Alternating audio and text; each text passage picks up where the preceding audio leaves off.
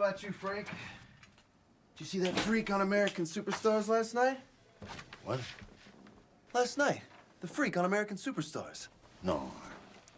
I mean, yes, I saw that guy accidentally. I don't watch American Superstars. You don't watch it, but you saw him. Yeah. Right, what are you, too good for the show? Yeah. I'm too good for a karaoke contest that makes stars out of people with no talent. You can't say that, dude. Some of those kids have real talent. No, they don't. They have good pitch. They're relatively clean. They're non-threatening to little girls and old ladies. They have the ability to stand in line with a stadium full of other desperate and confused people. But I assure you, they are talent-free. Yeah, well, I bet 32 million people would disagree with you, bro. Because that's how many people called in to vote last year on the finale. I wish I was a super genius inventor and could come up with a way to make a telephone into an explosive device that was triggered by the American Superstars voting number. The battery could explode and leave a mark on the face so I could know who to avoid talking to before they even talked. Yeah, I could look and say, no, you're not going to be saying anything that's going to add any value to my life. Yeah, but it's funny. I mean, you gotta admit that. Stephen Clark, that's funny shit, Frank. It's not nice to laugh at someone who's not all there.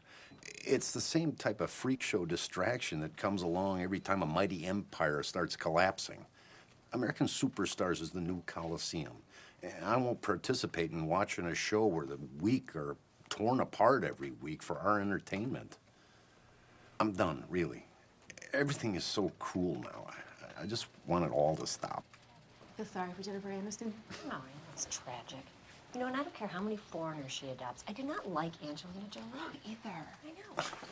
I mean, nobody talks about anything anymore. They just regurgitate everything they see on TV or hear on the radio or watch on the web. When was the last time you had a real conversation with someone without somebody texting or looking at a screen or a monitor over your head?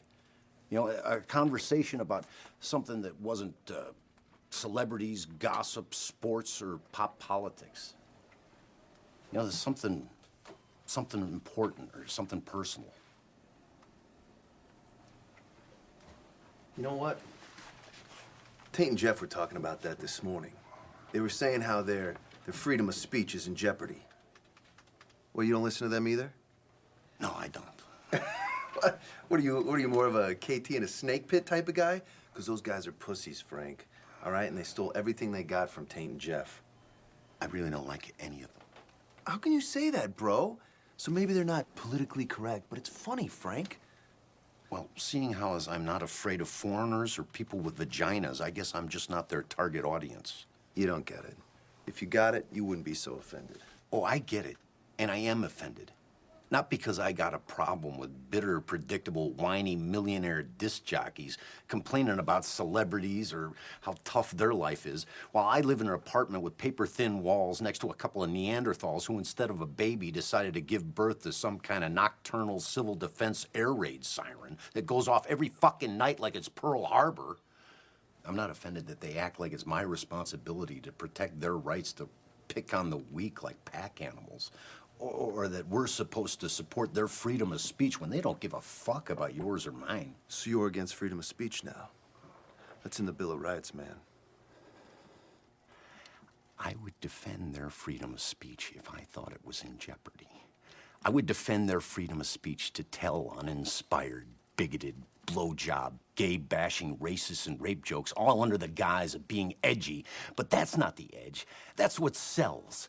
They couldn't possibly pander any harder or be more commercially mainstream, because this is the "oh no, you didn't say that" generation, where a shocking comment has more weight than the truth.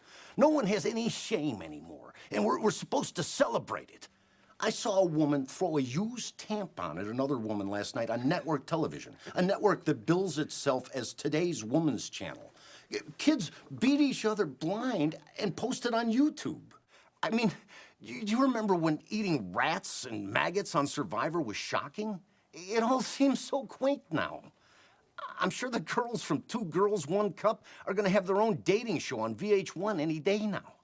I mean, why have a civilization anymore if we no longer are interested in being civilized? Frank? Can I see you in my office?